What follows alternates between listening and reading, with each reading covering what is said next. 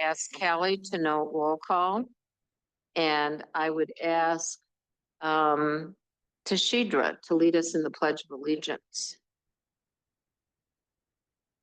Pledge allegiance to the flag of the United States of America and to the republic for which it stands, one nation, under God, indivisible, with liberty and justice for all.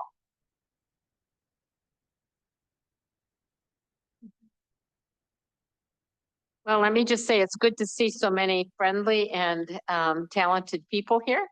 I think that this process will go well, and I wish we could appoint all of you.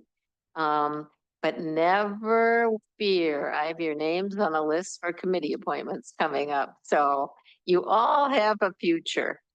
I am hoping that we are able to get through this without too much angst. So what we're going to do is after announcements, go right to new business. I am going to shut off my phone.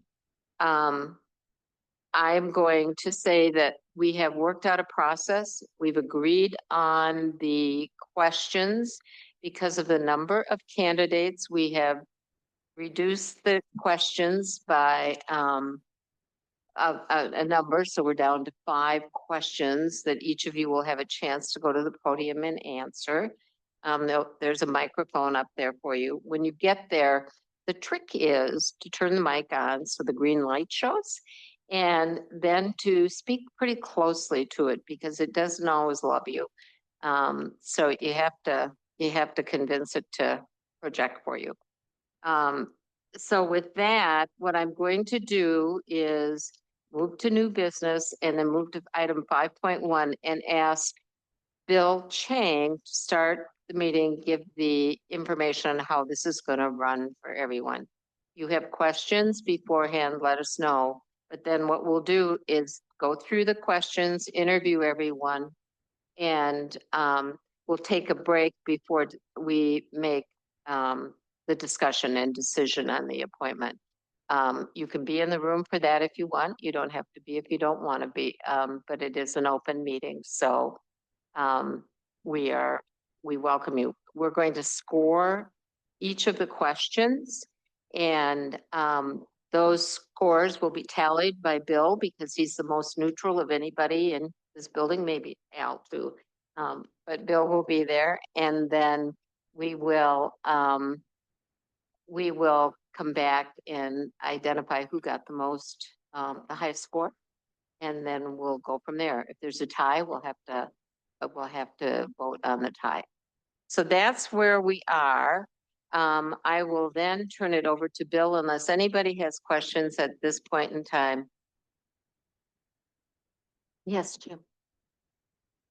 Correct me if I'm wrong, but I think you said that we were going to score the questions and we were going to, at that, rank the candidates, or. So the scoring is ranking of candidates to your preferred. We're not going to score each question. So you do have a sheet that Bill will go through with us on, with the 5 questions on. You can put your candidate name at the top and then score each question or make notes. And then you have a tally sheet. So you can then put your information down and then we'll turn those in to Bill. But you need to put your name on it when you do. So I think it's not all that complicated, but when we get going, if you have questions, we'll go through them. Hi, good evening. So first of all, just wanted to say welcome, relax. I know it's daunting to come up here and speak. So what we'll do here, we do have 5 questions, so there'll be 5 rounds. The intention is to call you up to answer, and what I'll do is I'll ask the question first before anyone comes up. And for the first round, we'd like for you to introduce yourself before answering the question. And again, we'll ask the question again once you're up here so that you're clear on it. We'll also have it on the screen so that if you do forget what the question is or If there's any interpretation of it, you'll see it up there. You'll be provided a minute and a half, so a minute and 30 seconds to respond to each of the questions. And then once you've concluded your response, please take a seat and we'll call the next person up. We did randomize the order of folks coming to provide answers per question. And so you'll notice that there are different orders for every question. So without further ado, we'll go ahead and get started. Are there any questions before we do that? I think we're ready, Bill. Okay. So for the first question here, the first person up is Wayne Brown.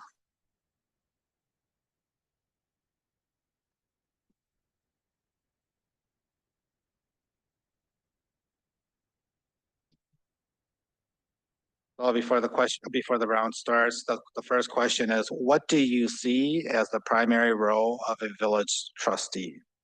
And please spend a minute and just tell us who you are. I think you might have gone alphabetically on this. My name is Wayne Brown. A lot of people know me as Brian. That's a short story. I can tell you out here later. I live in DeForest across from high school. I've been a resident for 15 years, thereabouts. This is home. 3 kids, all going through or have gone through the school district. So, yeah, this is home. As to the question, primary role is to work for the residents, work for the people of the village. They're the employer as far as I'm concerned. So listen to what they have to say, take it, make decisions based on that. That's where I'm at with it. I believe a trustee is here to make decisions about things like road conditions, clean water coming into the house, whether it's fluorinated or not. Sewer that flows, not backing up in your house. Those are the things we want to make sure that we have working well. Those are the big decisions we have to make. We shouldn't be making decisions based, health decisions for the community. Those should be made by the people. So that's where I see the role as trustee, working for the people. Thank you.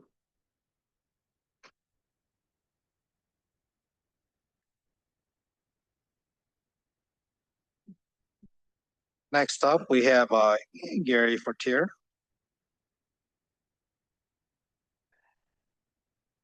And again, Gary, if you can introduce yourself, and then the question is, what do you see as the primary role of a village trustee? Okay, thank you. My name is Gary Fortier. My wife and I have been in DeForest for 25 years. This is home to us.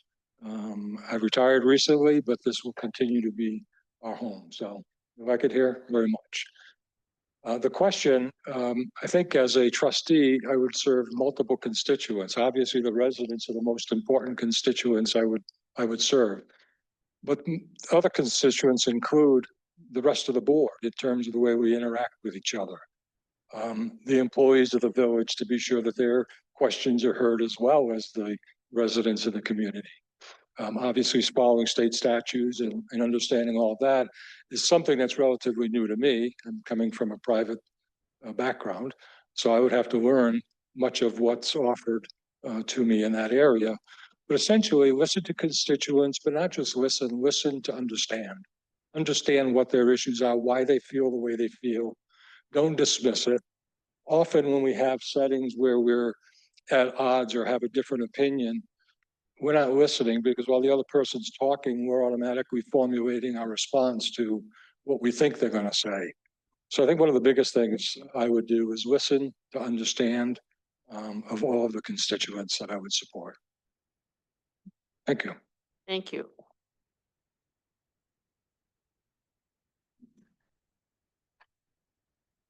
Next, we have Melanie Bartol. Is that correct? Melanie, please introduce yourself. And again, the question is, what do you see as the primary role of a village trustee? There we go. Well, hi, everybody. I'm really excited to be here. My name is Melanie Bartoff. So I am maybe a little bit unique in that I moved to DeForest in June. So I'm relatively newer to the community.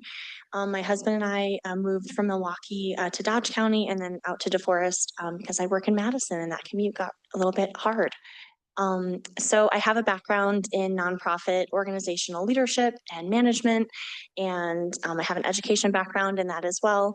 So I felt like my skills would be useful to the board. And I have a young daughter who's 3. She's in preschool here in DeForest, so our future is here, and really excited to be involved in the community. I see the primary role of a village trustee is to listen. I think that we need to, as others have said, listen to constituents and be open to hearing viewpoints that might be different from our own. And I think, I know this from my role working for unions where we're representing members, where, we're elected to represent a large group of people that all have different opinions about something. That can be really, really hard.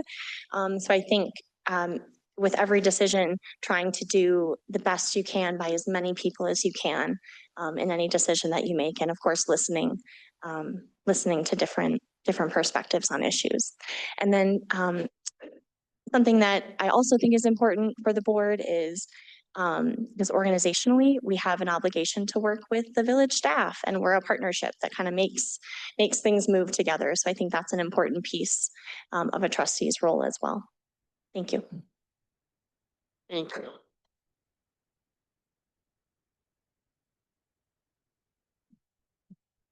The next candidate that we have is John Krug.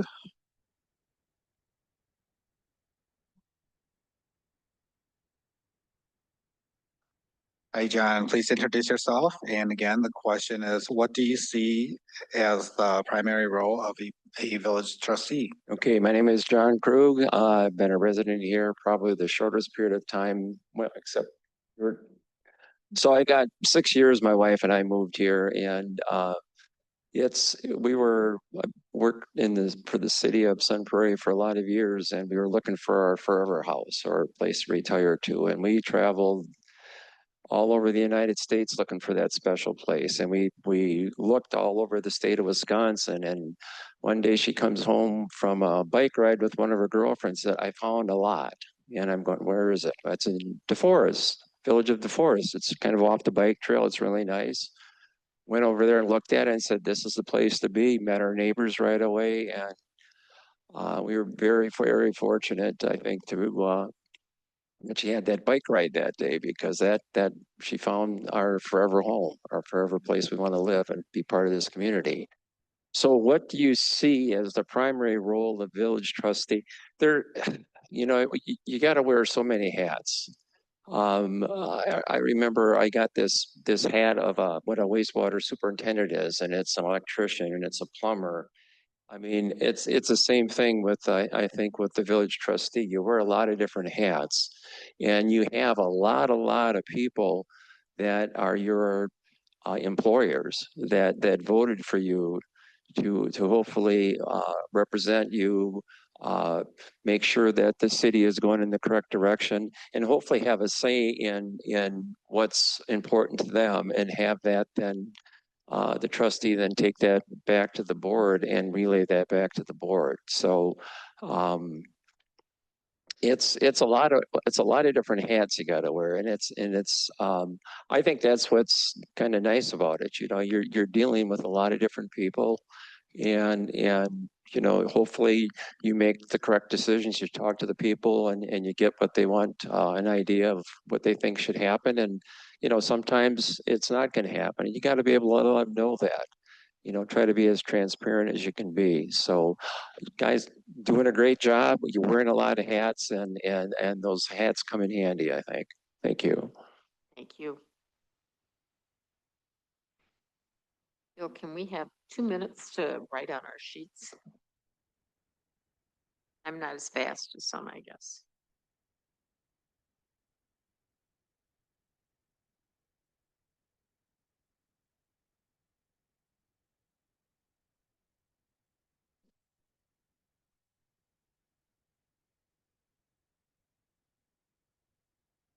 Great.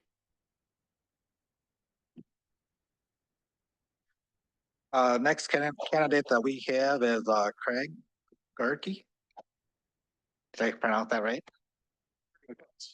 Hello, my name is Craig Gowerke.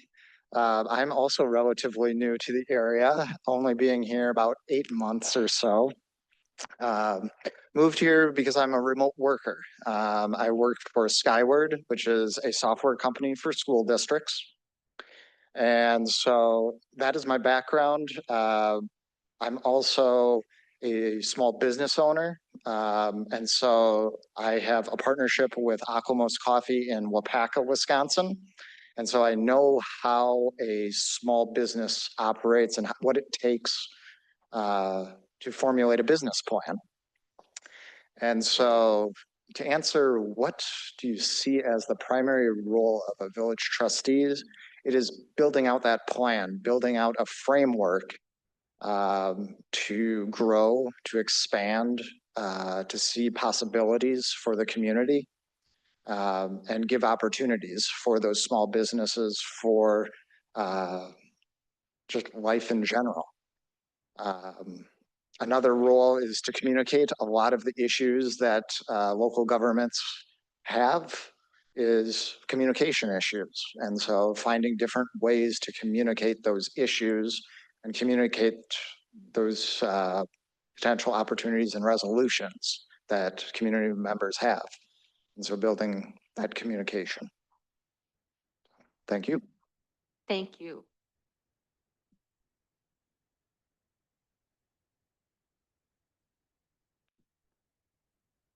The next candidate is Nicholas Mithen. Hey, go ahead and introduce yourself. And again, the question is, what do you see as the primary role of a village trustee? Hi, my name is Nicholas Smithson. I was born in DeForest in 1984. I've never left the community. I graduated in 2002 and have my family living here. I have a sophomore and a junior in high school. Love the community. My primary role as a village trustee would be actually listening to what the people want done, working with our board, working with employees of the village of DeForest. There's a lot of surrounding communities that we need to work side by side with. Town of Vienna, Village of Windsor, City of Sun Prairie, for the greater good of this community. I feel like I have 17 years in public works. I own and operate my own company out of DeForest and GM Tree Service. I listen to a lot of different people daily about good, bad, and everything in between. I'd be a voice of the people. You know, I would be voting on behalf of them, not for just my own personal needs. So, thank you. Thank you.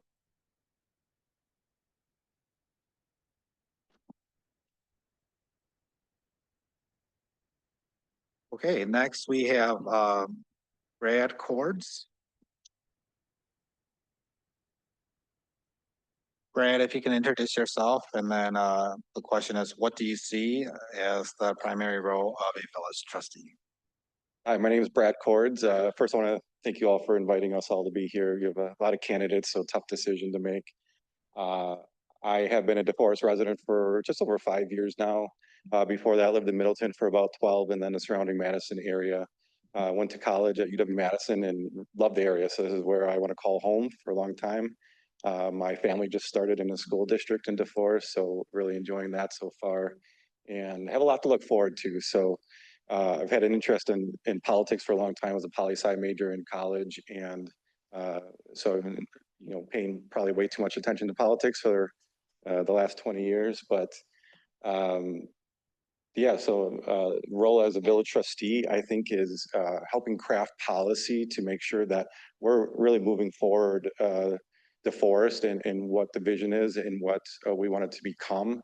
But also, I think there's going to be a lot of repeated answers, but really listening to constituents. All of you are here because you were elected to be here, so you're voting on the best on the behalf of your constituents based on what you feel and what you hear. So I know there's some people that do listening sessions when budget time comes around or other things that you really have to take into consideration what you're hearing and what people want, but also not listening to the loudest voices sometimes and making sure that you're making decisions based on what's the right thing to do, be able to look at business plans and development and say this is right for DeForest or not based on whatever criteria that you guys make for yourselves, and being able to have that healthy discussion amongst your coworkers here that you're coming together to make the best decision for DeForest and not personal decisions. Thank you. Thank you.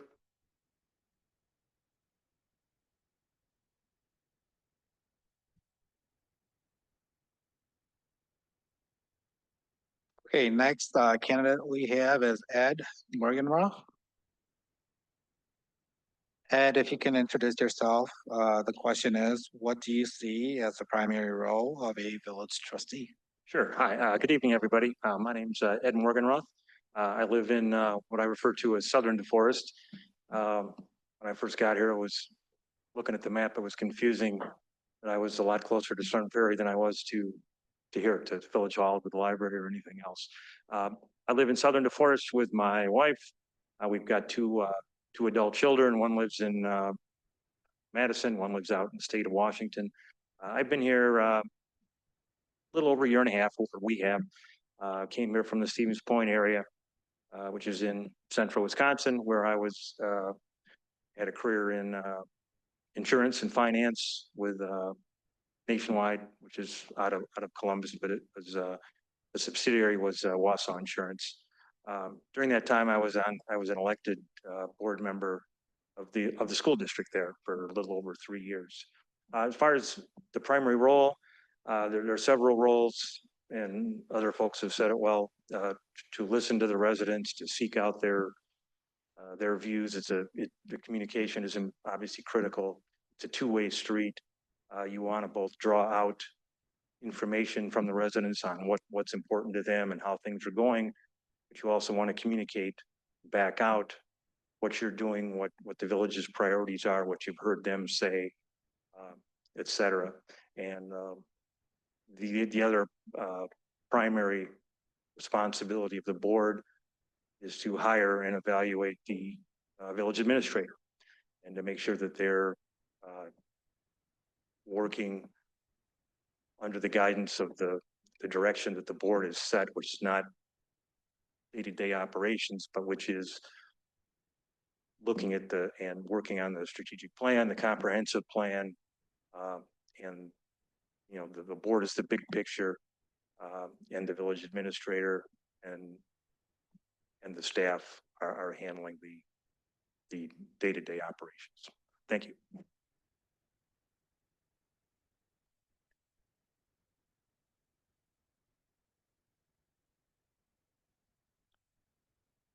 Next candidate is Gus Nitt.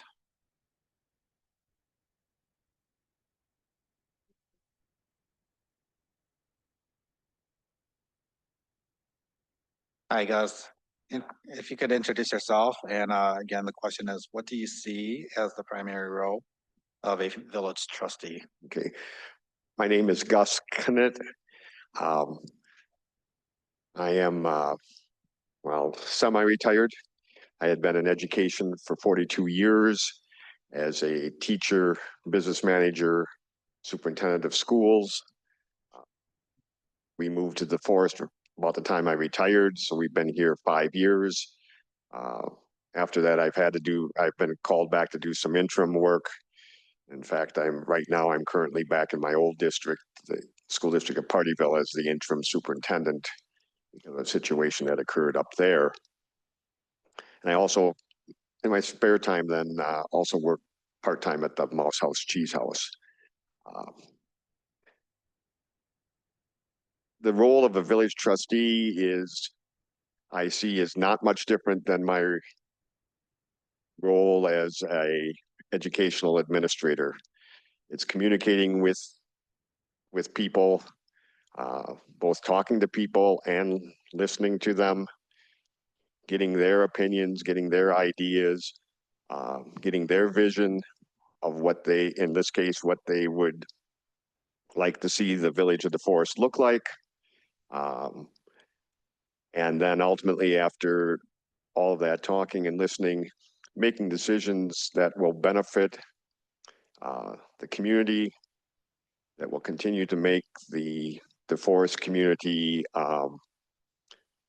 continue to grow and move forward and be the good community that my wife and I have found it to be over the past 5 years. So thank you. Thank you, Gus.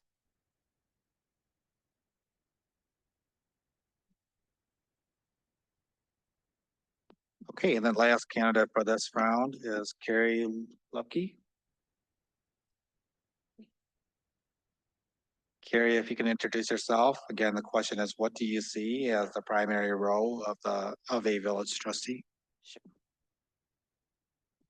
Hi, my name is Carrie Lubke, so you're close, but everybody says it like that, so no big deal.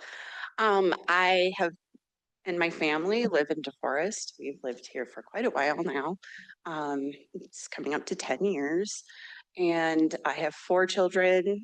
They've all gone to school or are currently going to school in the district. I've been involved with a lot of different community organizations. I actually was the farmers market manager here for a couple years, and I was the president of the DeForest Aquatic Club, so the youth swim club in town. Guided that through the pandemic and beyond. So we're very involved in the community. I see the role of the village trustee as being a bridge between the residents and the decisions that we're making. It's about listening closely, as just about everyone here brought up. We should listen not just to concerns, but also to experts and the experiences that village members have, so that we can turn all of that information into practical solutions. I think we need to be accessible, we need to be thoughtful, and we need to be responsive, and we need to be able to balance short-term and long-term solutions. I think that it's important to be proactive and solution-focused. I am a special education teacher in Sun Prairie, and I think that that has helped me really develop an expertise in collaboration, which I think is incredibly important in this role as well. Ultimately, trustees are here to guide growth and to change change DeForest in ways that would strengthen the community.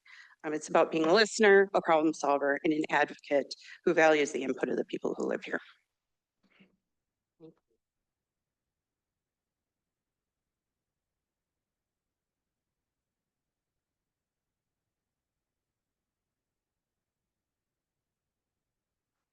Okay, so that concludes the first question. Just want to make sure if there's anyone, I didn't miss anyone, did I? Okay, all right, we're good. So we'll move on to question number 2.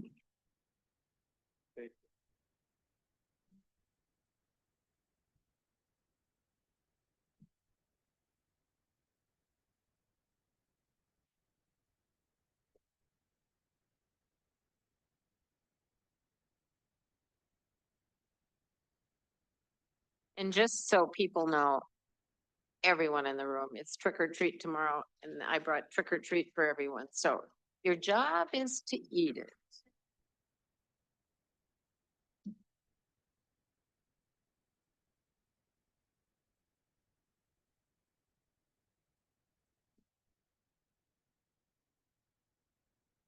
Okay.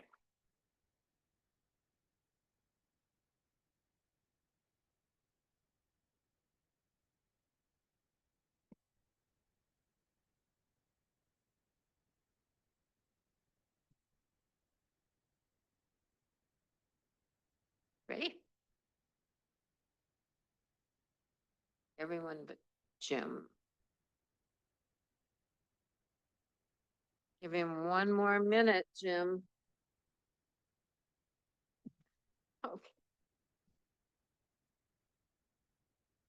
Or Jim, he has to put up with me. All right, I think we're ready. Okay. So the question number 2 is, how do you make a sound and unbiased, excuse me, how do you make sound and unbiased decisions? For this round, the first candidate up is Gus Knit.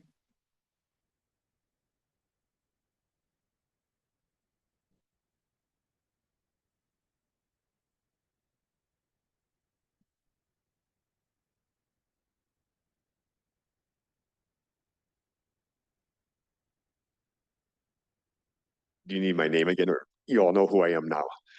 Let's go ahead with Okay, your response. okay. Sound and unbiased decisions. Again, I think I've had experience over the years of having to do this as a school administrator. Number one is the listening part, and trying to get as many different opinions that are out there so that you're getting all sides of the story. To understand, part of it is going out and researching, trying to do reading, look at things, see what a lot of the decisions that may occur at a village board are not unique to DeForest and may have occurred elsewhere. What are how are other communities handling certain things, dealing with them, gathering all that information, talking to people, and then finally coming and saying, okay, what is the best decision?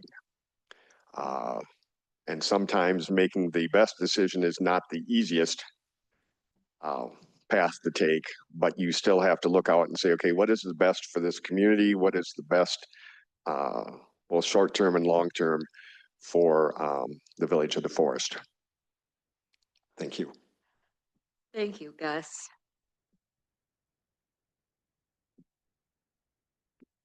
Next up, we have Craig Garkey. Now, I'm never gonna get it right tonight, so Maybe someday. apologize. Again, the question is, how do you make sound and unbiased decisions? Yes, so there's two pieces to this question. One is the sound decision piece and the unbiased. To answer the unbiased, that is a very hard thing to do for many individuals, and we all have a bias. So we need to recognize what that is as individuals first, and then put that and leave that on the front door, or try to as much as possible, and move forward in that decision. Second is the sound decision. This is where that research comes into play. And you're talking to your constituents, talking to the individuals in question that this may affect this decision. From there, then you can make a sound and unbiased decision by taking those two parts into consideration. Thank you.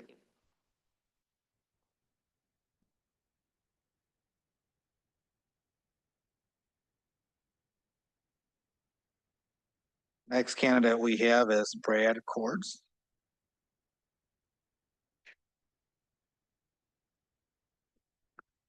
Brad, the question is, how do you make sound and unbiased decisions? Yeah, I think Craig hit it on the head, where we all have biases. We all have lived experiences that we're walking into the room with, that we have to do our best to put that aside and not make that influence our decisions. So making sure that we're really coming with a clear head, that we can listen to others in their opinions. For example, I was very fortunate, we were lower middle class growing up, but we never had to struggle for food. So listening to somebody who has had to use a food pantry and how that experience is for them, and knowing that the struggle they might be going through, and how we can help direct and guide that, to change things, to make that easier for people. So listening to other people, listening to experts. I will be the first one to say, I don't know everything. I don't have the answers for everything. So I need to listen to other people who have those lived experiences, who have done the research, or experts in that area, or, have that position within the village or surrounding areas, so that know a lot more than I do, that can help me guide to make the right sound decision for not only myself, but everyone else around me. And you know, village trustees have sometimes are overworked and very undervalued, very hard decisions. You're not going to hear the congratulations. You're going to hear the loudness when you do something wrong. So you have to be able to get through that, know that you're doing what you can, make the best decisions for everybody. Thank you.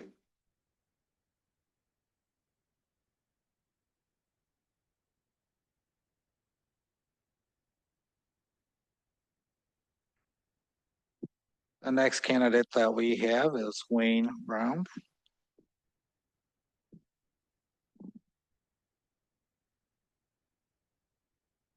Wayne, the question is, how do you make sound and unbiased decisions?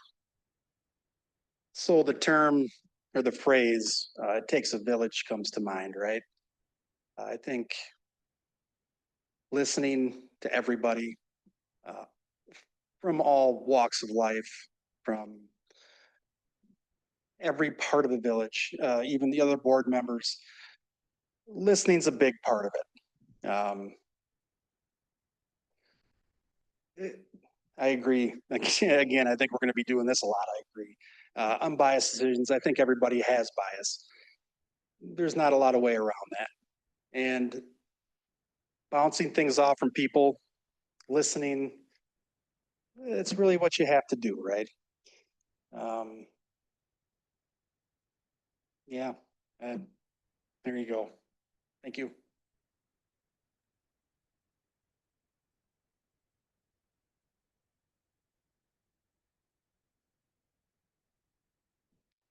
Next candidate is Ed Morganroth.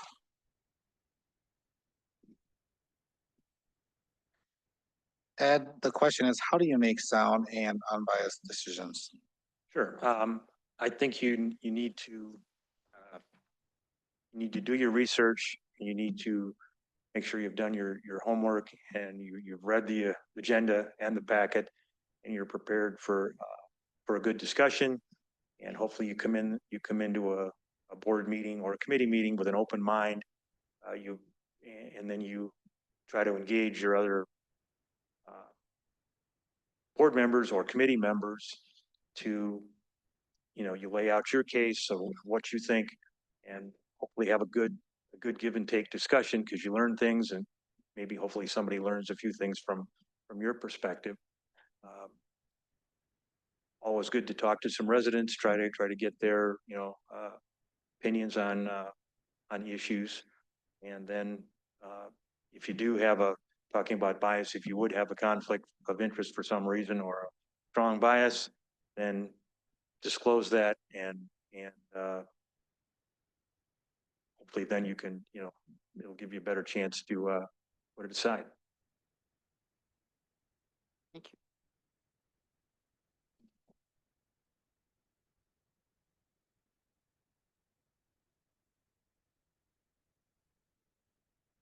Next candidate is Gary Fortier.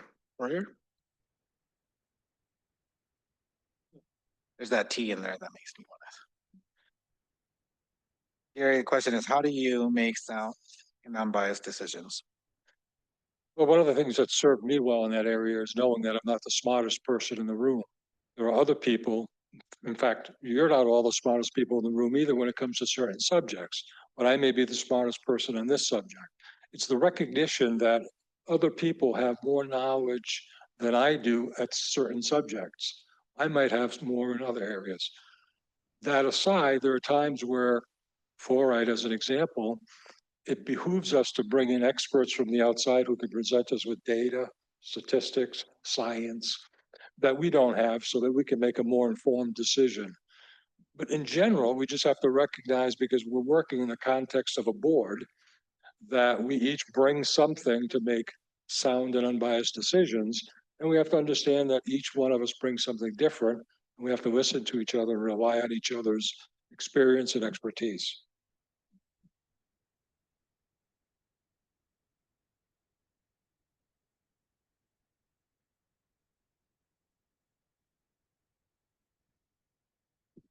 Next candidate is Melanie Bartoff.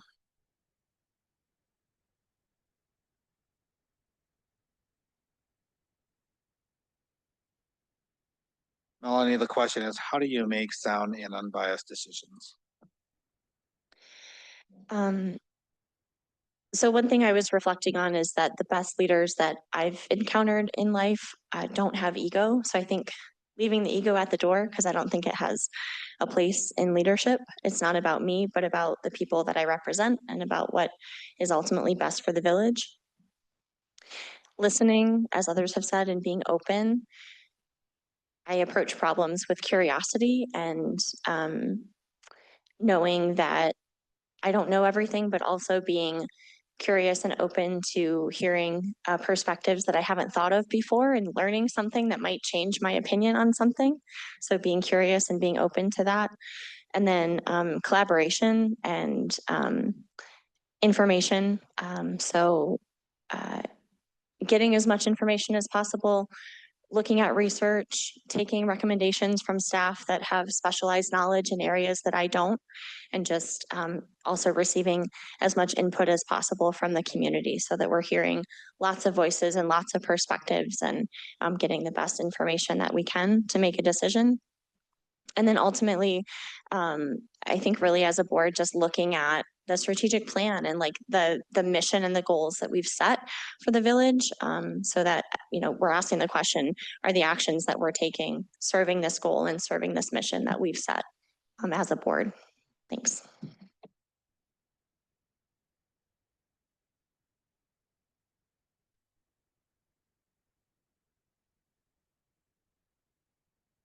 Next candidate is Nicholas Smithen.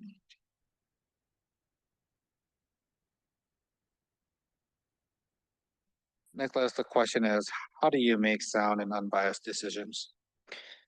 I feel that listening to experts, residents, other board members is the best decision.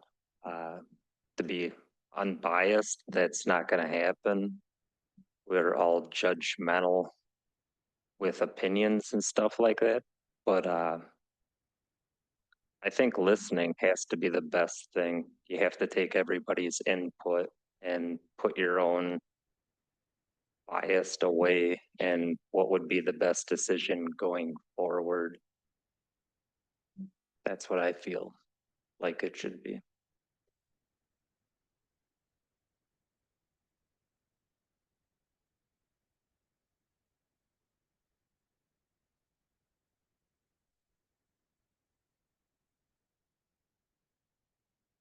Next candidate is Carrie Lukey.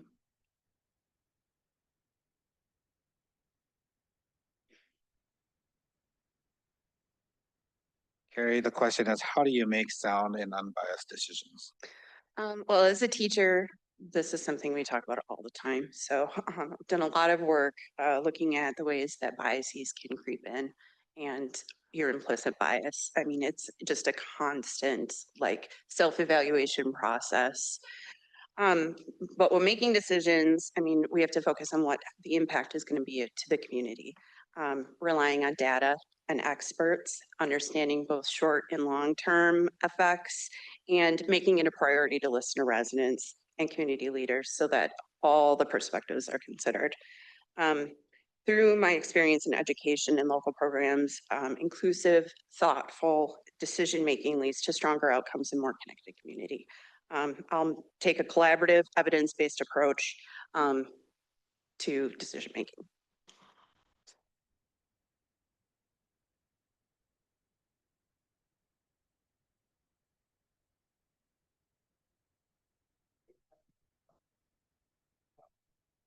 Last candidate for this question is John Krug.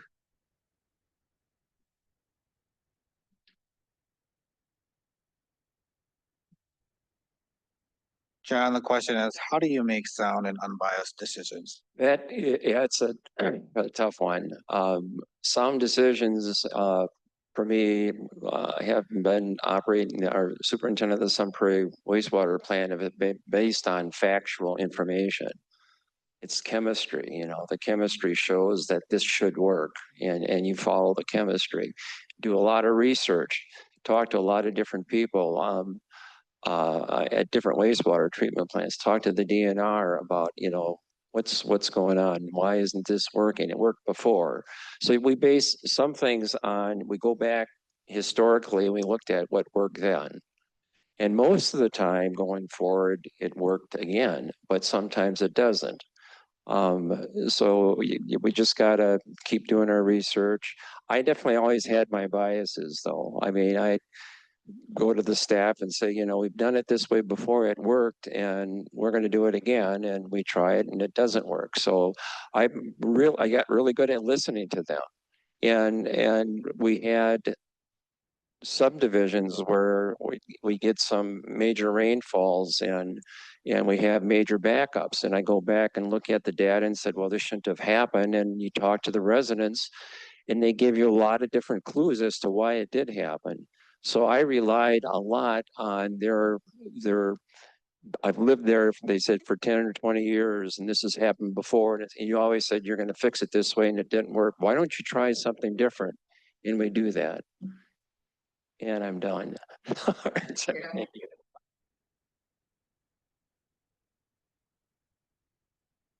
So we'll give just a couple minutes before we move to question number 3, if you want to reshuffle your documents.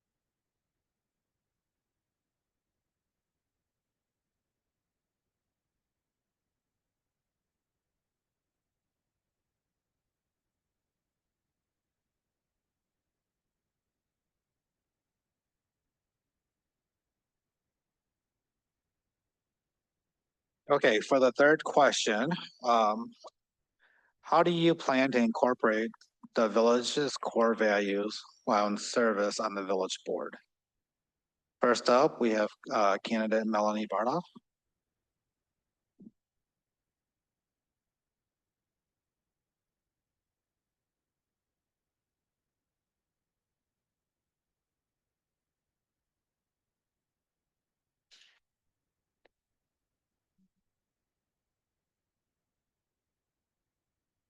It was already on, sorry.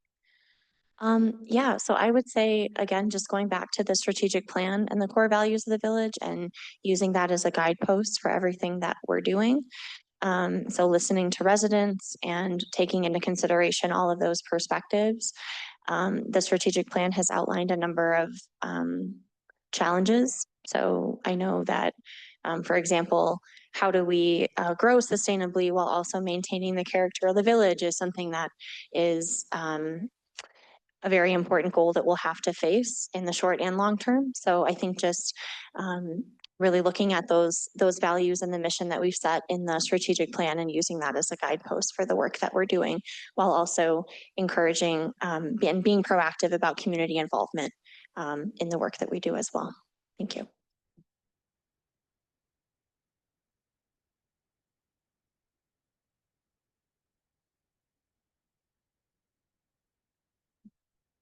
Next candidate is Ed Morganroth.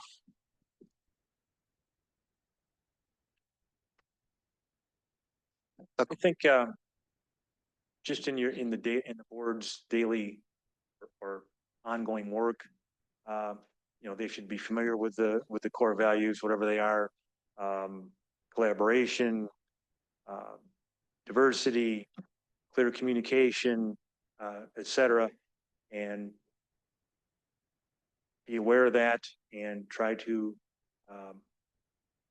employ those values in your thought processes and in the meetings with what you're doing, and also in who you talk to as far as and whose needs you're considering consider all ages, consider homeowners, consider renters, consider, different people, retired people, people with 3 kids in school, et cetera. Try to incorporate all that when you're making your decisions. So.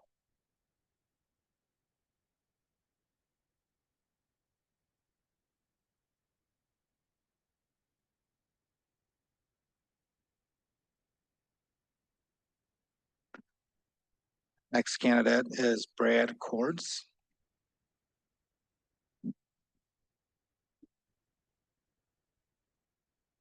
Brad, the question is, how do you plan to incorporate the village's core values while in service on the village board?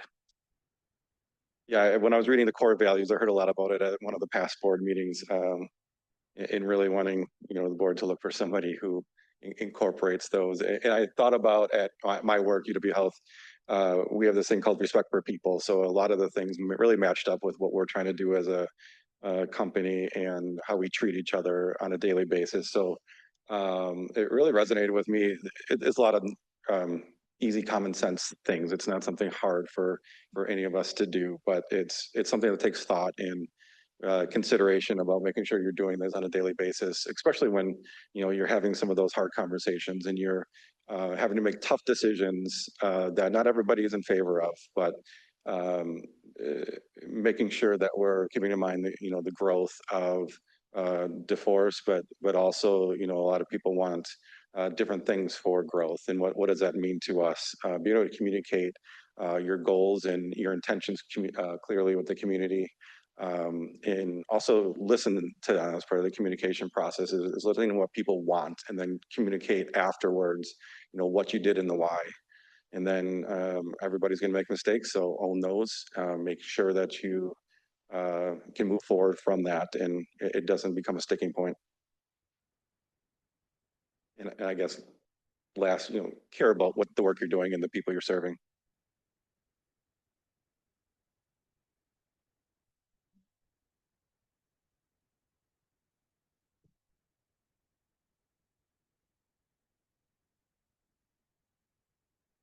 Next candidate is Gus Knipp.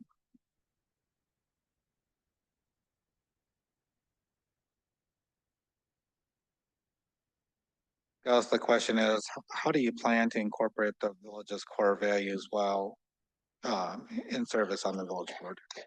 Again, in my past experience in school districts, I was in one school district where at the very beginning, right after the pledge, core values were read aloud to remind everyone what the core values were. Another district I was in, core values were placed on all of both the board and the superintendent's desks, so they were there as a constant reminder. I would say that as far as I'm concerned, in the whole decision-making process, talking to people, getting information, everything that I'm gathering, a component then in that final decision that I would make is I also have to take a look at the core values and say, how do they fit in with all the other information that I have gathered to make the decision that needs to be made for the good of the village and the good of the residents of the village. Thank you.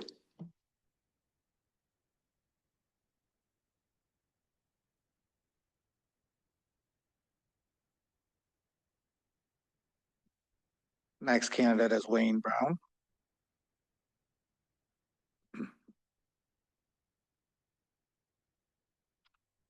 Wayne, the question is, how do you plan to incorporate the village's core values while serving on the village board? So I think, communication is key. I think we're not always going to make the decisions everybody wants us to make. You can't please everybody all the time. So you have to have those conversations. You have to communicate why you voted the way you did. You have to own your mistakes. I'm not perfect. I never claimed to be. I'm going to make mistakes. I think the important part is owning up to it and learning from it as you move forward. The other thing I think we need to do is treat everybody the way you want to be treated. So that's something I tell my kids when they go to school, right? Treat everybody the way you want to be treated. Be a genuine good person, and that'll take you pretty far in life. Thank you.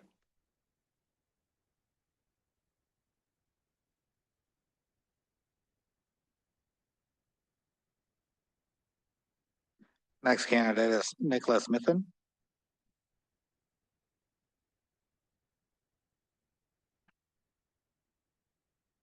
Nicholas, the question is, how do you plan to incorporate the village's core values while in service on the village board? By being a clear communicator, seeing the good in decisions, owning your own mistakes and learning from your said mistakes, being kind to each other. I love speaking to people on how I want to be spoken to with dignity and respect, and just trying to be the best leader I can possibly be for the public and in front of all of you. Thank you.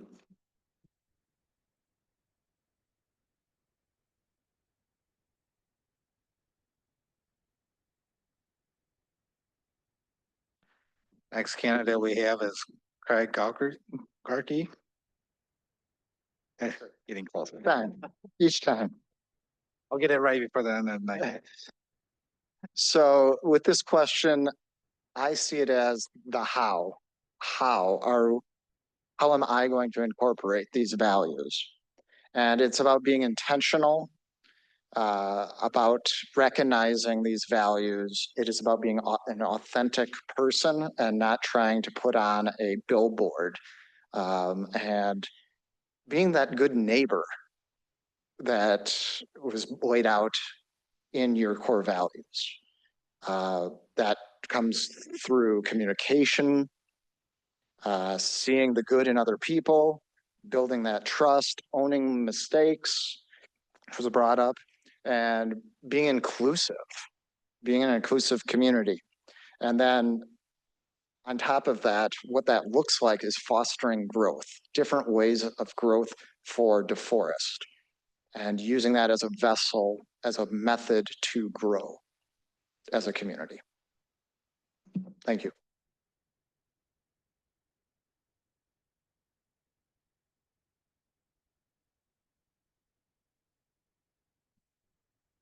Next candidate we have is Carrie Lukey.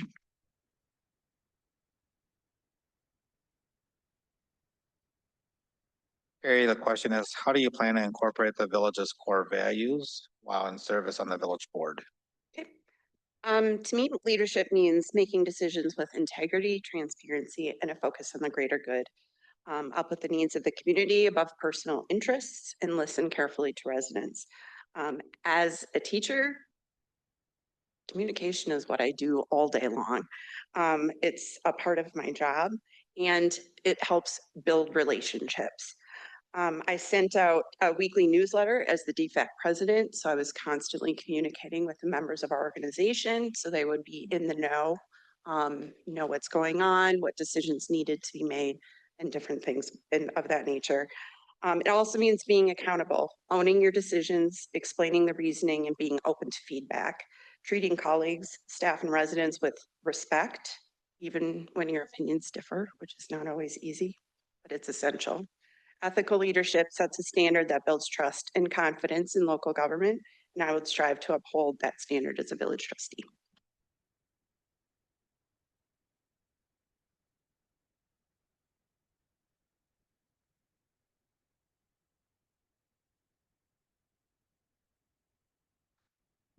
Next up, we have John Krug.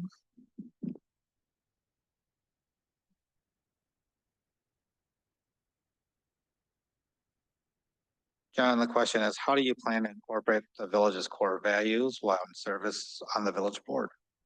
One thing that I'm pretty good at is listening.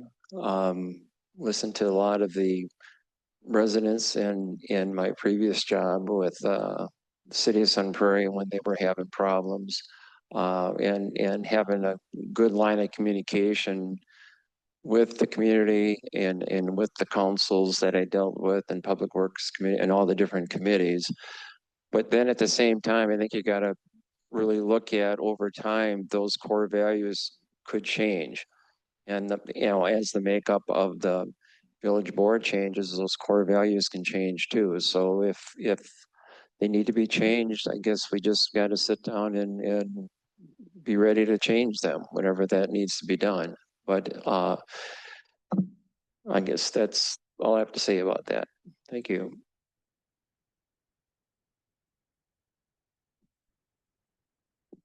And then the last candidate that we have for this question is Gary Warrior. You get it?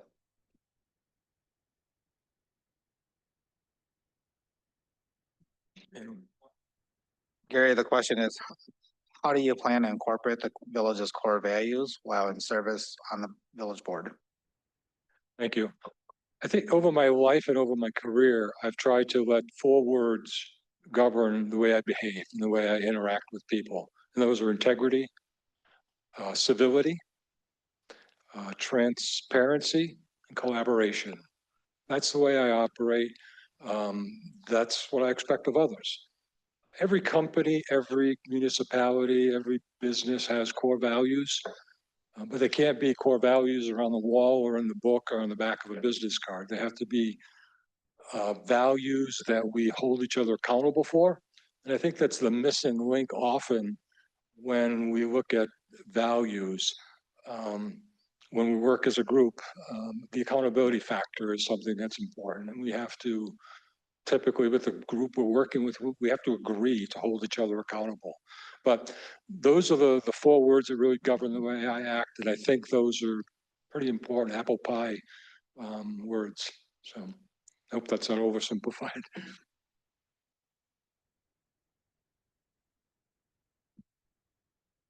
So that concludes question number 3. Again, we'll give a couple minutes for you to reshuffle your documents.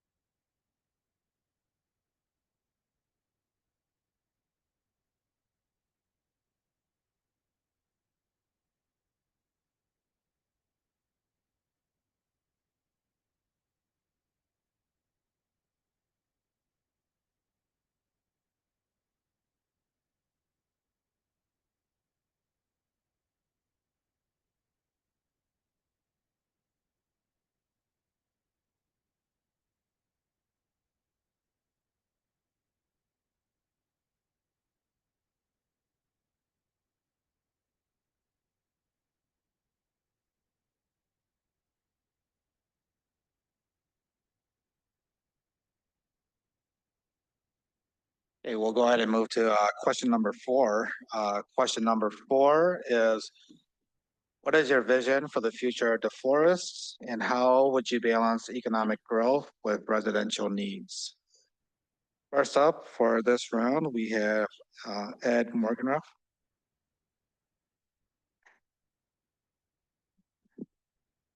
And it's a tough question to go first on, but that's fine. All right. How would you balance economic growth? Obviously, we need to, everybody knows whether it's a village or any or a team or anything else, you need to, if you're not growing, you're dying or you're decaying slowly. So I realize there's an increased cost for everything, for your staff, for our staff, for equipment, for everything. So we need to have a continuing growth with development, et cetera. Where we want to go is we want to have the board stick with hopefully with the comprehensive plan and with the strategic plan in terms of what kind of growth do we want, both our manufacturing or distribution, and then balance that with residential. And I think there's no question, everyone knows there's a housing affordability crisis in Dane County and in DeForest. And DeForest has I guess, a history of strong preference for single family homes. And those are fine. But there's also, in light of the affordability crunch and everything else, we also need to be looking at how can we construct rental properties and try to get everybody on the economic financial spectrum able to consider a place in DeForest.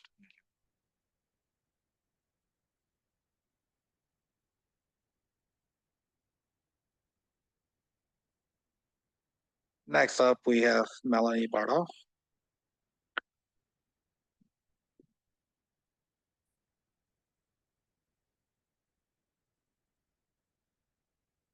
Melanie, the question is, what is your vision for the future of the forest and how would you balance economic growth with residential needs?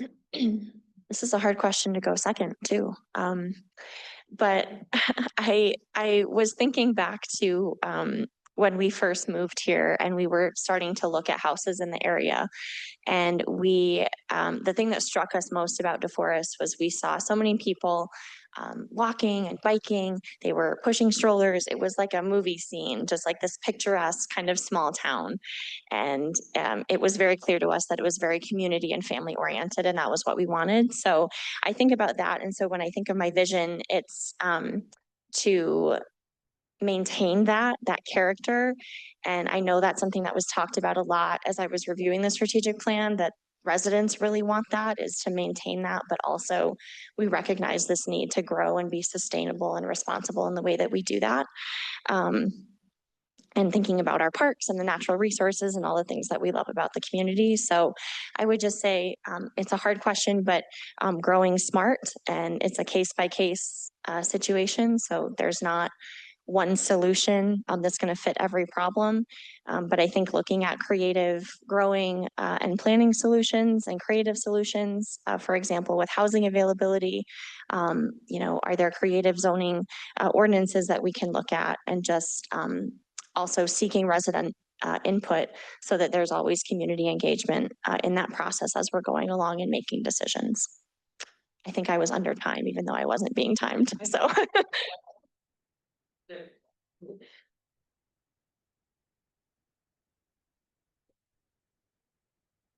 We apologize about that.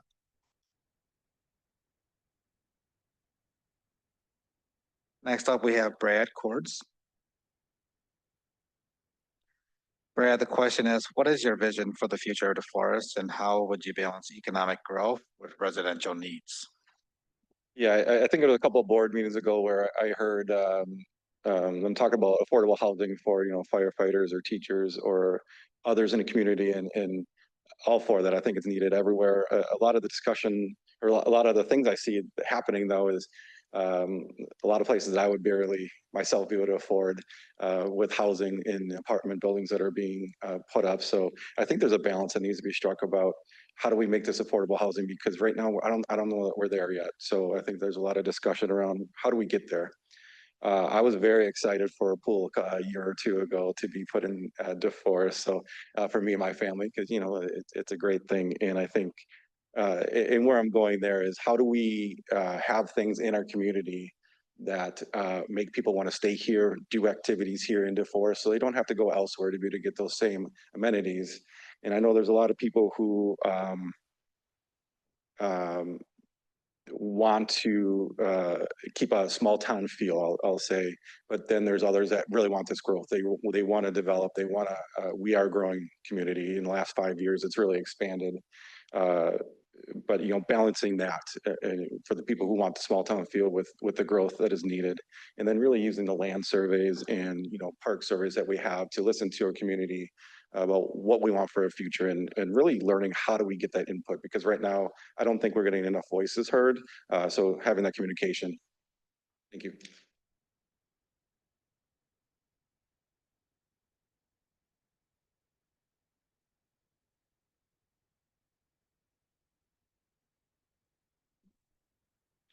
Next candidate is John Krug.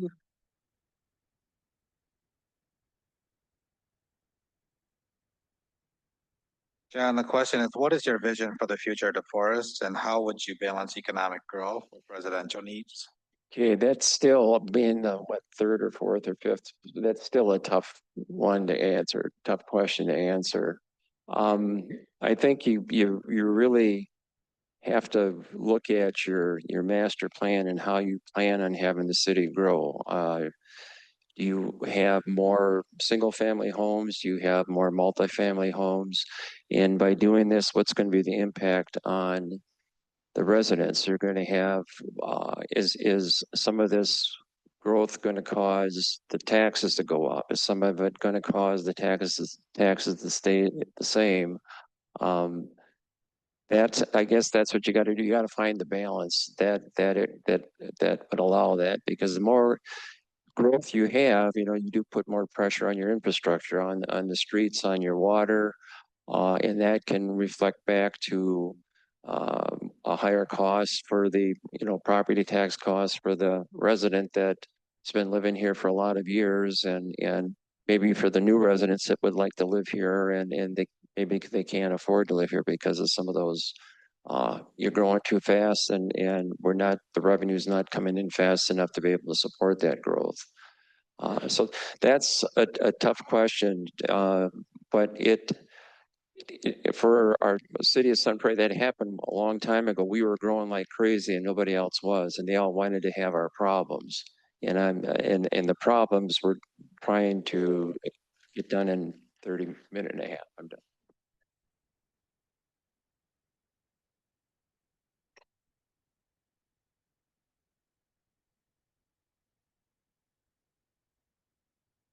Next up, we have Craig Garkey. I think you got it now. Craig, the question is, what is your vision for the future of the forest, and how would you balance economic growth with residential needs? Well, the future is always changing, and so it's hard to have a plan that's set in stone. And so it's a good mindset to have flexibility and reevaluate that strategic plan on a regular basis. And what that takes is continuing to look at the research, continually looking at, okay, what are the goals as a community that the residents are hoping for?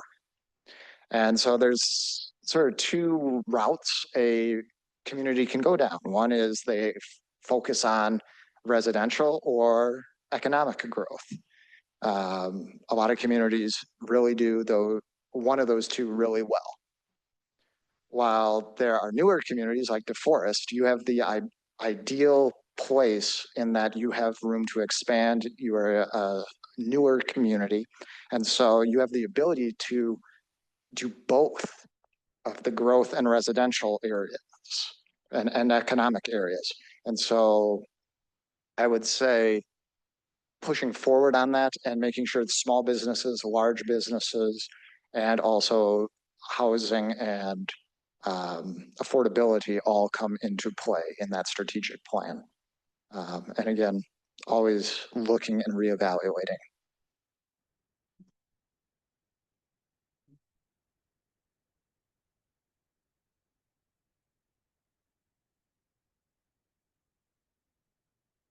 Next, we have Nicholas Mitten.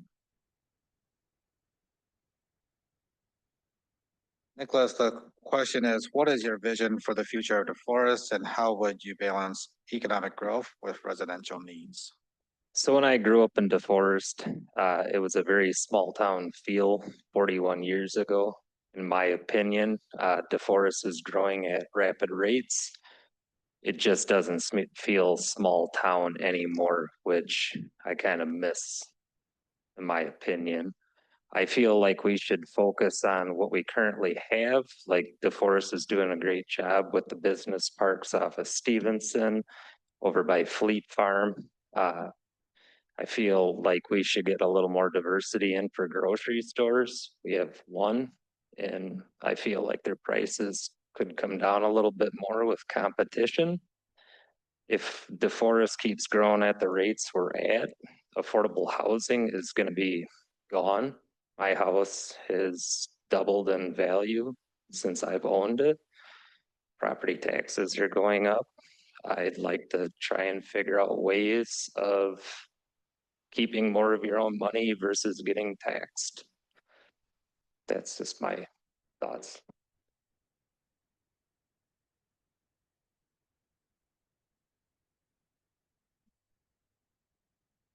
Next candidate is Gary Fourier. Gary, the question is, what is your vision for the future of the forest, and how would you balance economic growth with residential needs? You know, that's a tough question because, you know, for some people, I've been here 25 years and I moved here 25 years ago because of the way the village was. There are people who came here 40 years ago because of the way the village was, in 10 years. So as we grow, we need to, I think, maintain that feel, you know, that brought many of us here. And for people who've been here 40 years plus, they want to maintain that feel as well. But we need to grow. So affordable housing is a big deal for us right now, right? We have firemen, police officers, public works employees can't live in the forest. That shouldn't be. They should be able to live in the forest. So we need growth. So what kind of growth? You know, infill some of the existing businesses, try to get them to grow. Small businesses that are friendly within a community like ours. There isn't an easy answer, but I think it's going to be a really thoughtful process with a lot of interaction from the community to understand how do we maintain that small town feel that many of us moved here for, but yet really provide the economic growth that we need. And I think the comprehensive plan lays out all that out and puts the budgeting 10 years forward, and that's all great. I think just how we do it and how we execute it with a lot of involvement, you know, is important.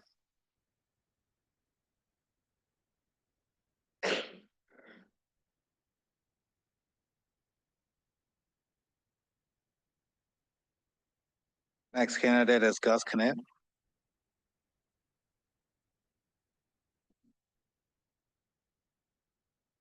Gus, the question is, what is your vision for the future of the forest, and how would you balance economic growth with residential needs? I think the first piece of information that needs to be gathered is, we're talking about economic growth and businesses moving into the community, is what type of employees, what type of pay are those employees getting? And then making sure that we have residences that are reflective of that, so that those people can live in the community. My experience when I worked in districts talking to business people was it was best for them if their employees could live in or near the community.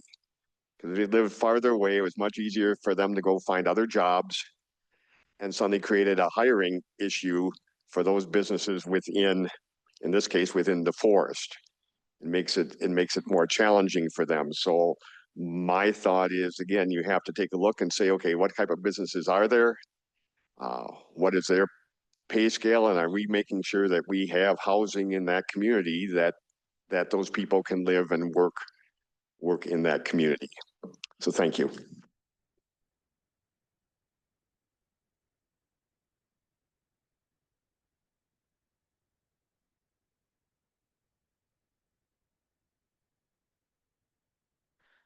Next candidate is Wayne Brown.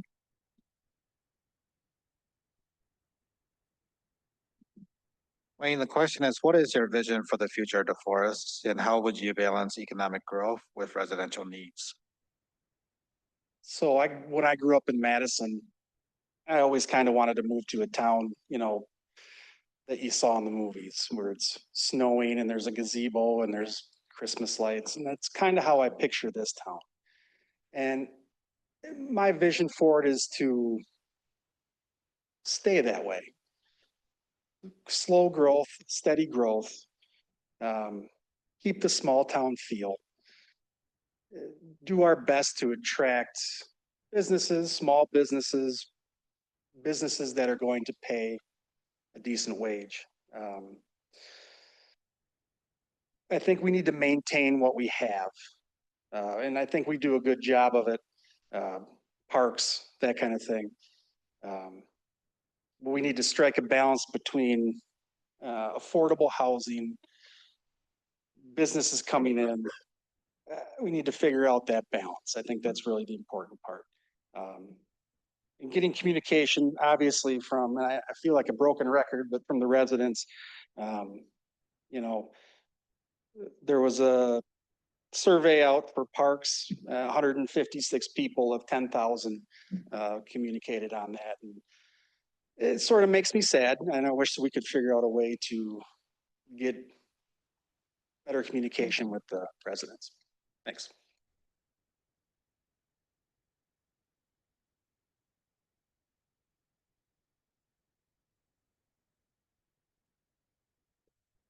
Last candidate for this question, number 4, is Carrie Lupke. Carrie, the question is, what is your vision for the future of the forest and how would you balance economic growth with residential needs? Okay. In the future, I see DeForest as a village that has grown responsibly while keeping a strong sense of community that drew my family here. I hope we balance development with conservation, preserving parks and green spaces and natural areas for families and future generations. I also hope the village offers more opportunities for youth through programs, recreation, and affordable housing that encourages kids to stay here or return here after they grow up. Through my work as a teacher and in community programs, I've seen how these opportunities can build engagement, pride, and connection with the community. As a trustee, I would work to ensure that thoughtful growth, sustainable development, including exploring public-private partnerships, and vibrant community spaces come together to keep DeForest the welcoming, inclusive, and a place residents of all ages are proud to call home.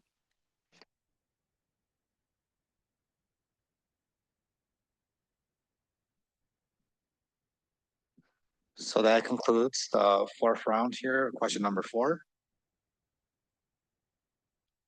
We'll give a couple minutes here for you to shuffle your deck.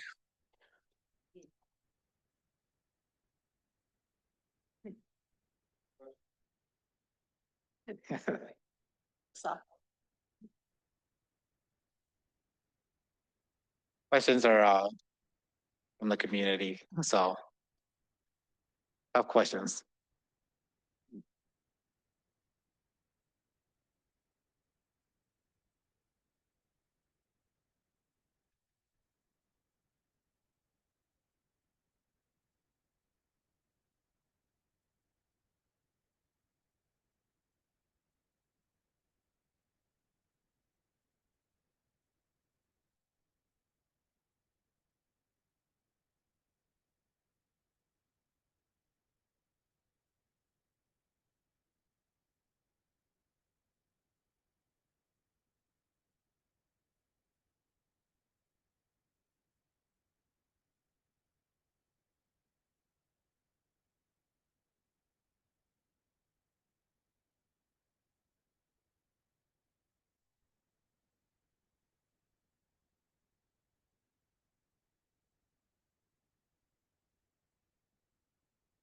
So this is question number 5. This will be the last question in the series. Question is, please describe your priorities for the village board and your specific qualifications to effectively address those issues. First candidate up is John Krug.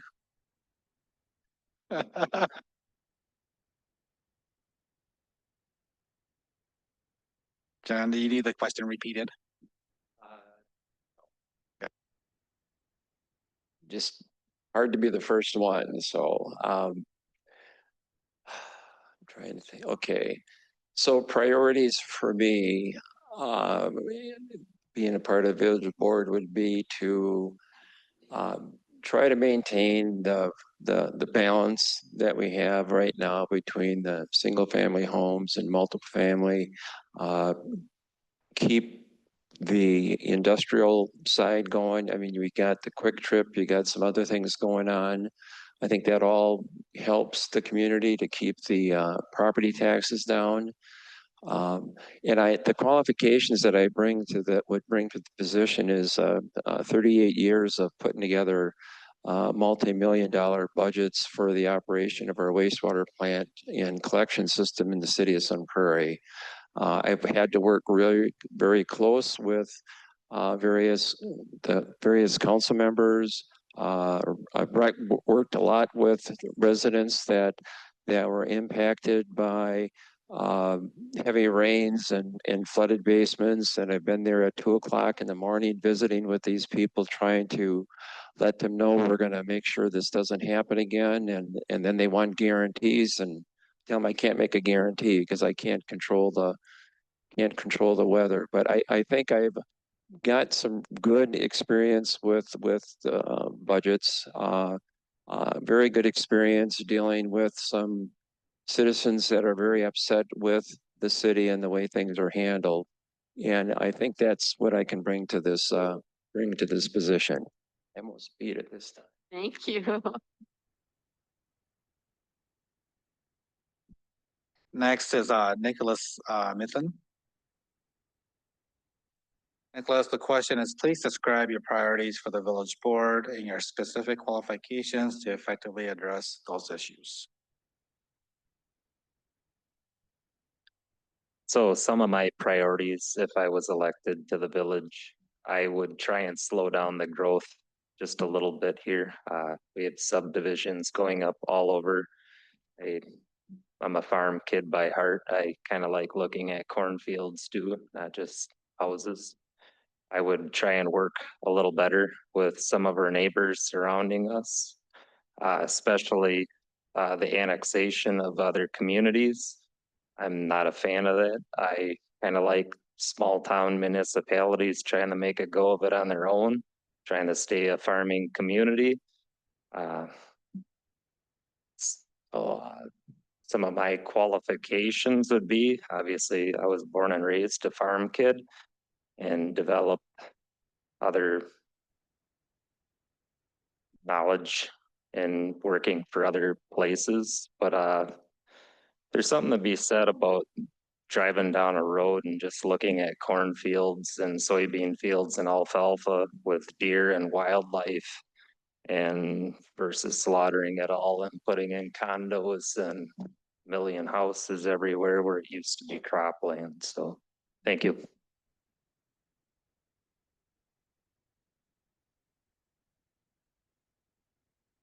Thank you, Nicholas. Next candidate is Gary Fortier. Gary, the question is, please describe your priorities for the village board and your specific qualifications to effectively address those issues.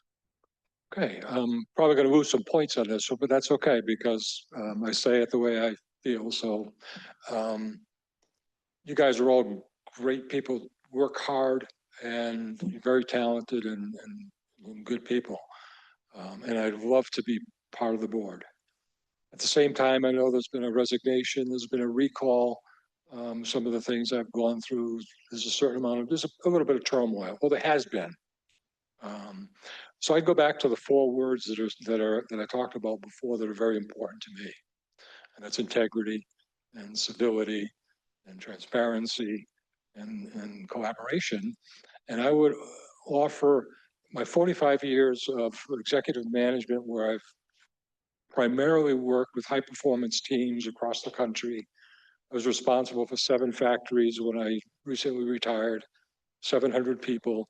And that was what I was best at throughout my career, is helping to build teams that work together. And again, I'm maybe going to lose some points because I don't mean to suggest that you guys need that. But I think early on, if I were appointed, it would take me time to acclimate to the municipality statutes and the way those things work. Early on, I would be able to offer, I think, my input, if allowed, to help facilitate adopting that kind of a concept. Thank you.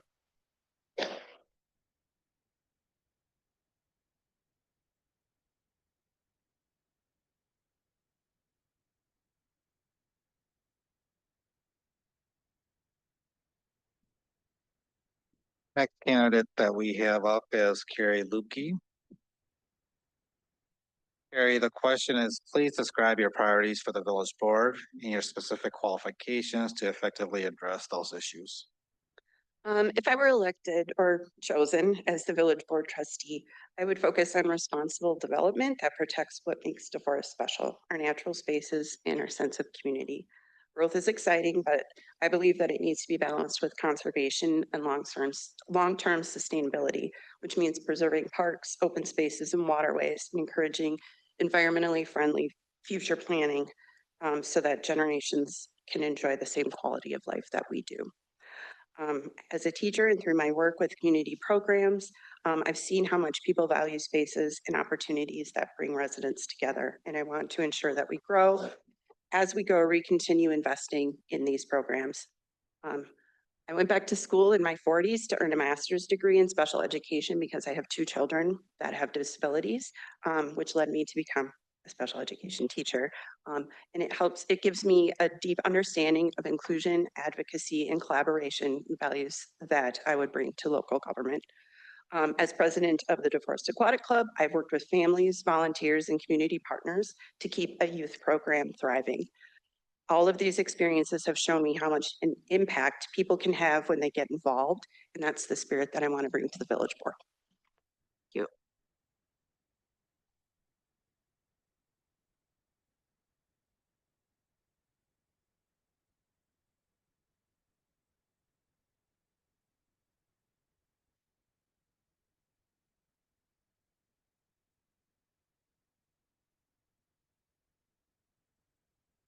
Next candidate is Gus Knitt.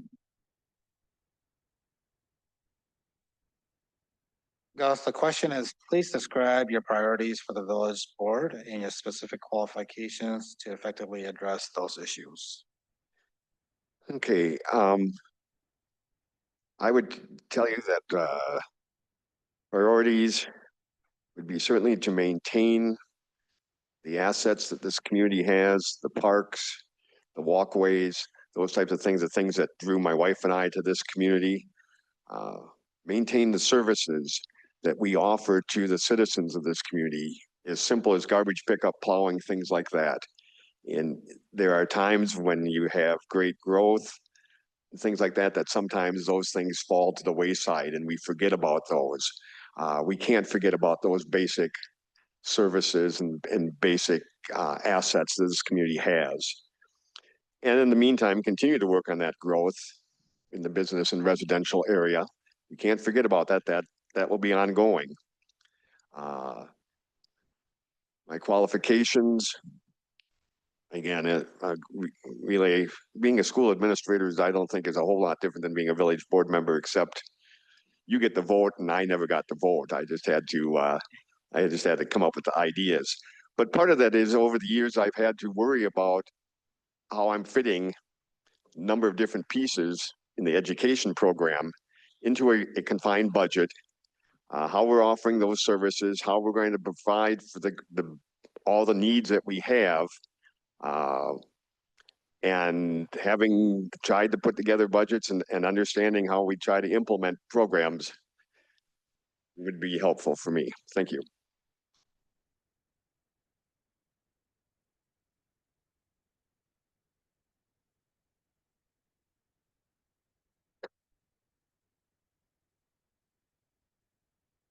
Next up, we have Ed Morganroth. Ed, the question is, please describe your priorities for the village board and your specific qualifications to effectively address those issues. Sure. Hi. I would say that my priorities, if I was on the board, would be threefold. And I don't want to say 1, 2, and 3, so I'll say A, B, and C. A would be keep, as the last, I believe, gentleman said, we need to maintain the services and the parks that we have. So keep the assets and the efficiency that we have now with the parks and with just day-to-day operations, whether it's, road construction, road repair, parks, police department, et cetera. So keep going the daily operations, which is going well. Number 2, and I think this was mentioned in maybe the comprehensive plan, is we need, I think, in my opinion, some more options, shopping, recreation, et cetera, in downtown DeForest, so we can stay here in DeForest more for other than working perhaps and living. So some more emphasis, some more development down there, restaurants, activities, maybe some shopping, et cetera. Third thing is there's obviously some big development possibilities on the horizon, big growth, and to include Buc-ee's, to include a data center, and probably some more things I'm sure that I'm not aware of. But please, I would say the board should take their time, exercise their duties. Thank you.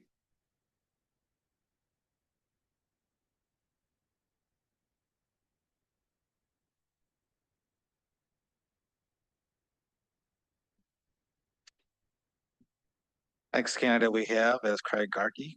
Can I do it? Yeah, thank you. Good work, Bill.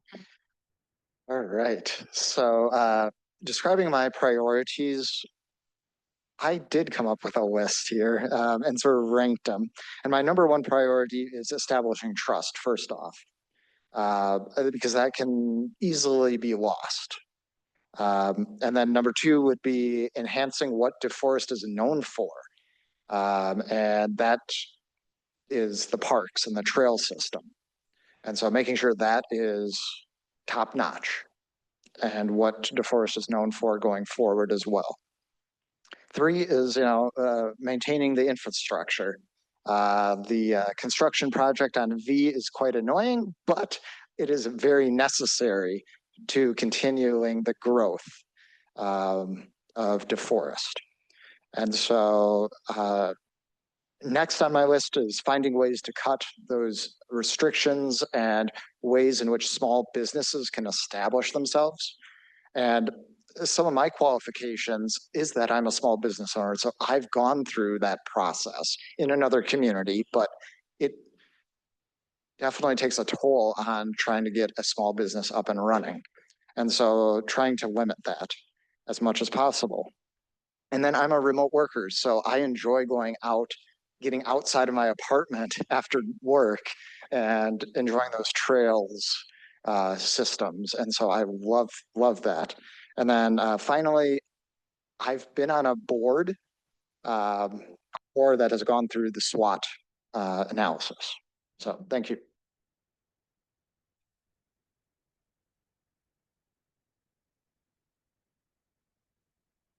Thank you.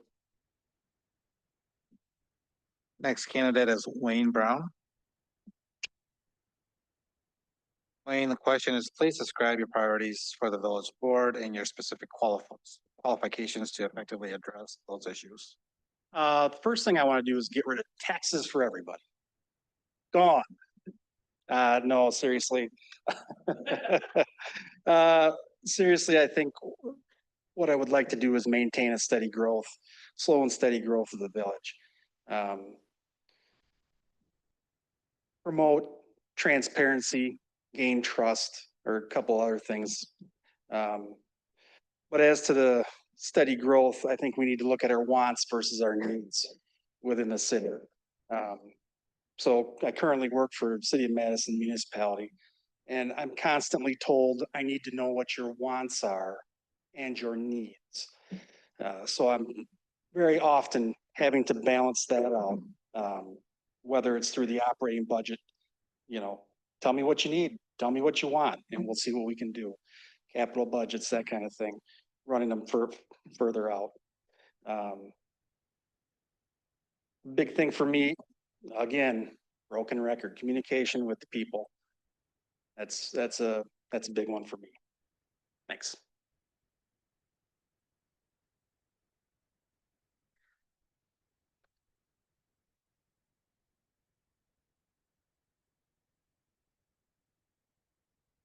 Next candidate is Melanie Bardoff. Melanie, the question is, please describe your priorities for the village board and your specific qualifications to effectively address those issues. Yes, so in terms of priorities, I think sustainable growth while preserving character and values, as I've said and others have said a lot. But bottom line is I want other young families to be able to have what I have, and I want other people to be able to move here and afford housing and be able to live their whole lives here and retire here and live here on a fixed income. So addressing housing availability and affordability so people can live and work here is a top priority. And then also ensuring that as we're presented with these large opportunities like Bucky's and potentially a data center, that we are balancing community feedback and the vision that we have for the community with the growth opportunities that we're presented with, so that we're just making slow and thoughtful decisions as we get those opportunities. And then finally, another priority would be just how do we better engage and continue to proactively engage the community. To have more community involvement and voices on issues as we deal with them as a board. And then for my qualifications that I think would make me a great board member, my primary career background is with unions, which a lot of people don't know, but unions are actually nonprofit organizations. So I have that experience on a board with a board staff structure very similar to the village. And I have leadership experience in member-driven, bottom-up organizations similar to being accountable to constituents. Thanks. Thank you, Melanie.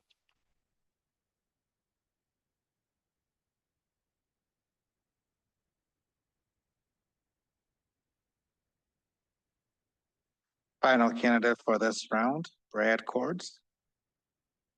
Brad, the question is, please describe your priorities for the village board and your specific qualifications to effectively address those issues. Yeah, some of my thoughts are, keeping places like the Conservancy while responsibly building or developing around that. Understanding the budget. I understand it probably takes about a year to really understand the inner workings and everything else that occur on this board, and knowing how things operate, but also understanding and trying to get my head around a budget in the next week. So understanding probably not possible. So I've developed capital budgets for our department over the last 5 years. And then did the execution on the work afterwards, millions of dollars in work done there. I've been part of our ASME leadership, ASME union for the state level and the local level for better part of 19 years. So sat on boards, did budgets, did committees. I was part of the Middleton Youth Commission for a couple of years, where I developed the first survey for youth that went out to the community, because I sat there for a couple of months and was just approving minutes and not really doing anything. So we looked at our mission and said, what are we doing? What are we doing to understand the needs? So we put that out, and I helped develop that. And just really understanding input from our community. How do we do better on getting input? I know everybody's frustrated with that. Like, we want more voices, but how do we do that? I don't have the answers for that. Would love to understand whether that's social media, email, different ways to do that. And then how can we work better with our collaboration with our Windsor Community Board?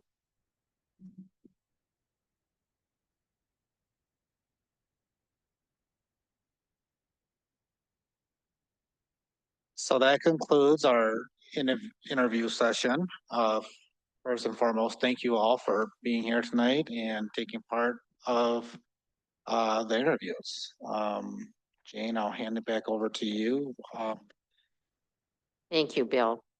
We're going to spend a little bit of time after the break doing our scoring and summarizing, and then having any discussion we need to have.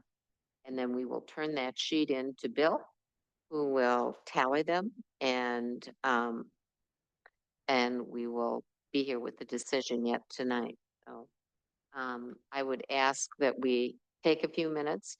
I used to define a few minutes by saying 5. I've learned it doesn't matter. They're going to take a break. So I encourage you guys to do that.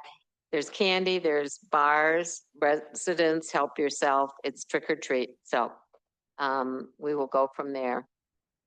Thank you, and we'll see you in a few minutes.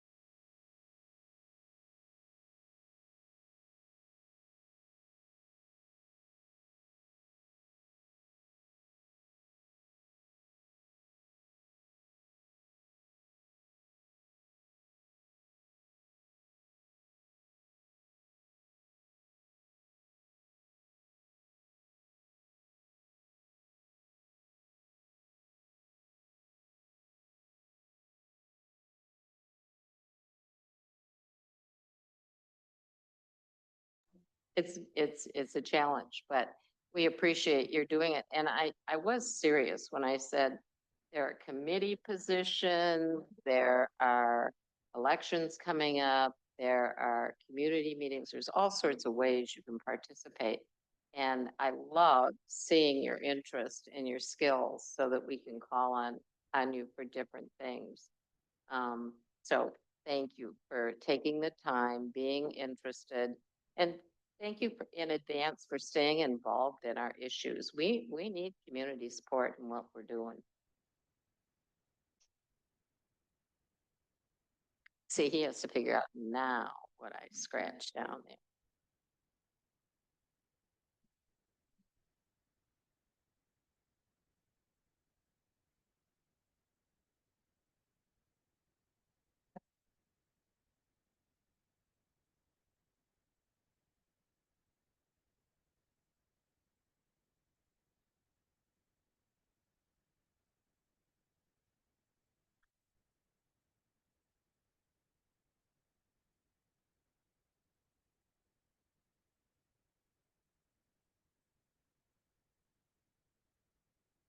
I don't have many, so you gotta let me know when I have a good one.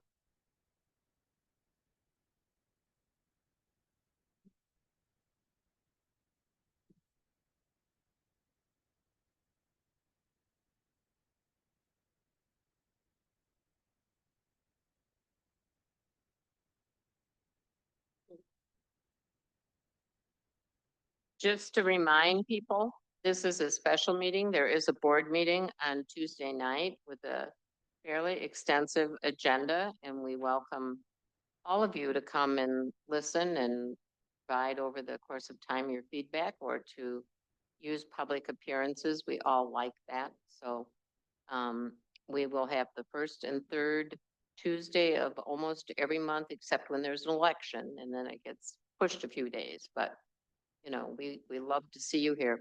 I've always said that if you're going to build a sidewalk, they're all here. If you're doing a multi-million-dollar budget, it's like a cavern in here. So, you know, it's important that people participate in that process. Yes, Bill? So after tallying the results out of a total 100 points that a candidate could receive, the highest vote getter was Brad Cords, 52 points. So, I didn't hear a word you said. oh, sorry. So out of the total 100 points, for a candidate, that's the highest score that a person can get. The highest vote getter was, or the highest point scored was for Brad Cords, 52 points. So Brad is the candidate that we would recommend. Congratulations, Brad. And welcome, and don't well- escape my phone calls. There needs to be a vote, a motion and a vote Right, on it. I know that. I just wanted to say, remind them, we need them. So with that, we need a motion to approve. Brad Cords is the newest board member. I'll make a motion to approve Brad Cords as the latest board. There a second? Second. All those in favor signify by saying aye. Aye. Opposed? Motion carries. Thank you.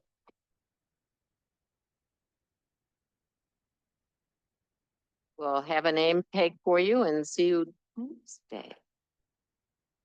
So, with that, I'd entertain a motion to adjourn. Motion to adjourn. Is there a second? All right, we have a motion and a second.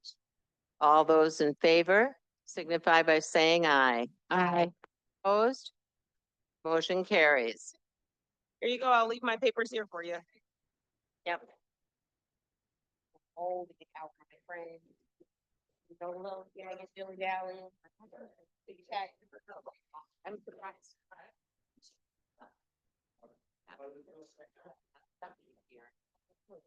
That's fine. Yeah. Yeah. You know, it's not. And he helps you. Oh, yes. Okay, that's so cool. Yeah. Thank you. Yeah, thank you for coming tonight. So good for sure. Um. I don't know.